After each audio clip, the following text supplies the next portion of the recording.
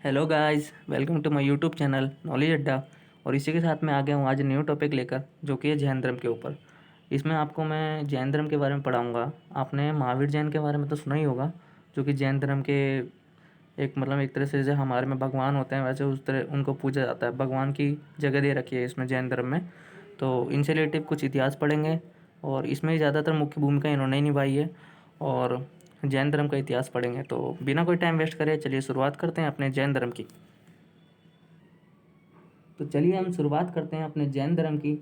इसमें जो पहला टॉपिक है, जैन धर्म का संस्थापक प्रथम तीर्थकर ऋषभ देव थे। यानी जो जैन धर्म के प्रथम तीर्थकर थे, जिन्होंने इनकी एड वगैरह, यानी इसी में हम कह लें कि यानी जैन धर्म के प्रथम संस्थापक भी यही थे। और प्रथम तीर्थकर यानी जैसे कि कोई अपने धर्म का प्रचार करने वाला होता है या ऐड करने वाला, तो उसको तीर्थकर कहते हैं। तो जो हमारे जब सबसे पहले संस्थापक और पहले तीर्थकर थे, वो थे ऋषभ देव।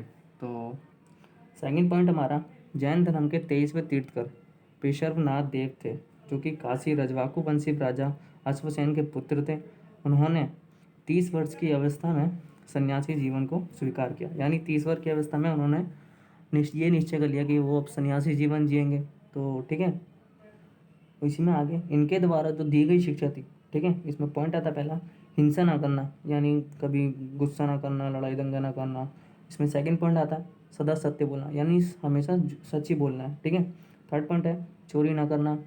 और फोर्थ पॉइंट, संपत्ति ना रखना। यानी भाई साहब, ऐसा तो कोई है ही नहीं आजकल दुनिया में जो संपत्ति ना रखे। दुनिया संपत्ति के पीछे तो पागल है।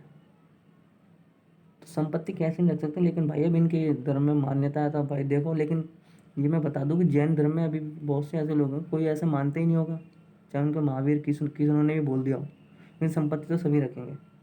इसमें अगला पॉइंट आता है, महावीर स्वामी जैन धर्म के 24वें अंतिम तीर्थकर थे। यानी जो अब आते हैं जो महावीर स्वामी, ये महावीर स्वामी जो थे ना, वो जैन धर्म के सबसे लास्ट तीर्थकर थे। यानी जो ऐड करने वाले होते हैं, जो सबसे लास्ट थे वो, तो वो 24वें तीर्थकर थे।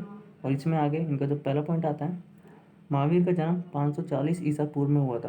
यानी 584 ईसा पूर्व में इनका जन्म हुआ था, है ना। और कहाँ हुआ था? कुंडग्राम, वैशाली में हुआ था।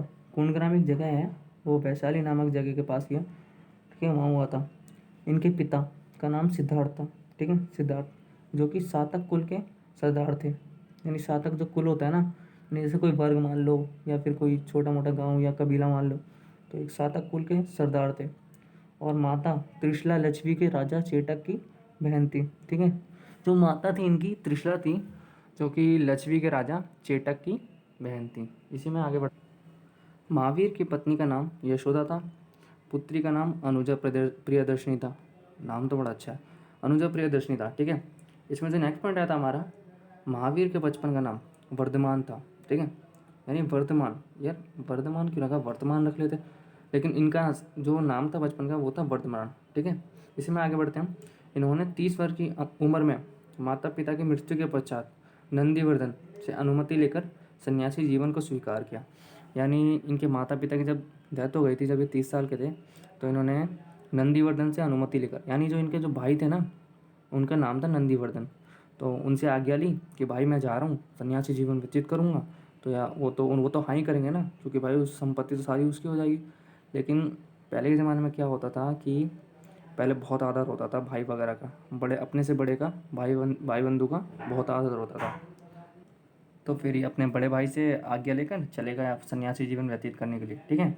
इसमें नेक्स्ट पॉइंट आता है, 12 वर्ष की कठिन तपस्या के बाद महावीर को जुम्बिक के समीप, जुम्बिक यानी एक जगह है, उसके पास में सरजूपालिका नदी के तट पर संपूर्ण ज्ञान का बोध हुआ। ठीक है।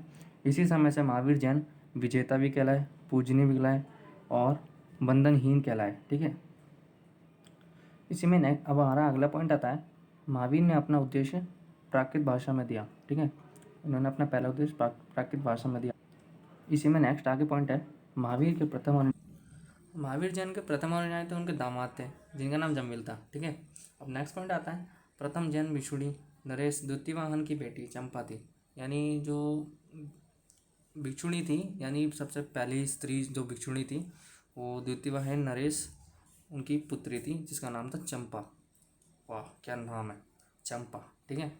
नेक्स्ट पॉइंट आता है, महावीर ने अपने शिष्यों को 11 गंधर्वों में बांटा हुआ था। ठीक है, 11 गंधर्वों में बांटा था इन्होंने। नेक्स्ट पॉइंट आता है, लगभग 300 ईसा पूर्व में मगध में 12 वर्ष का भीषण अकाल पड़ा। ठीक है, जिसके कारण भरतबाहु, जो कि भरतबाहु जो ना इसी के अंदर ना जैन धर्म के एक ही तरह से ये अनुयायी थे। ठीक है, तो भरतबाहु जो थे अपने शिष्यों के साथ कर्नाटक चले गए थे 300 ईसा पूर्व में, जब मगध में अकाल पड़ा था तब तो कर्नाटक चले गए।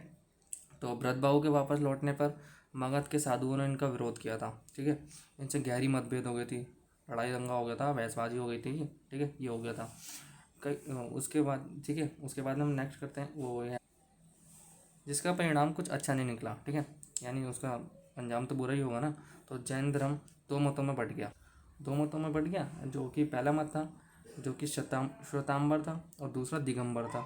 2 समूहों में बट गया, ये तो मैंने आपको बता दिया था। नेक्स्ट पॉइंट आता है, श्वेतांबर जो सफ़ेद कपड़े पहनते थे। आपने जैन धर्म में देखा होगा लोगों को सफ़ेद कपड़े पहना हुआ, पूरे सफ़ेद होते हैं, जैसे विधवा हो गए भाई साहब, इस तरह से कपड़े पहन के करते हैं।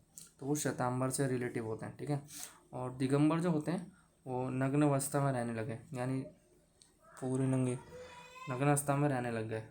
ठीक है, नेक्स्ट पॉइंट आता है, जैन धर्म ईश्वर को मान्यता नहीं देते थे। ठीक है, यानी भगवान को मान्यता ये नहीं देते थे, ये अपनी आत्मा को मान्यता देते थे। ये नेक्स्ट पॉइंट जो है, जैन धर्म आत्मा को मान्यता देते थे। ठीक है, नेक्स्ट पॉइंट आता है, महावीर पूर्ण जन्म में कर्मवाद में विश्वास रखते थे, यानी वो पूर्ण जन्म में और मेहनत करने में विश्वास रखते थे। ठीक है, नेक्स्ट पॉइंट आता है, आखिरी है, जैन धर्म मानने वाले कुछ राजा थे, जैसे उदयन, ओमेंग वर्ष, चंद्रगुप्त मौर्य, कलिंग नरेश और चंदेल। ये कुछ राजा थे जो कि जैन धर्म में विश्वास रखते थे।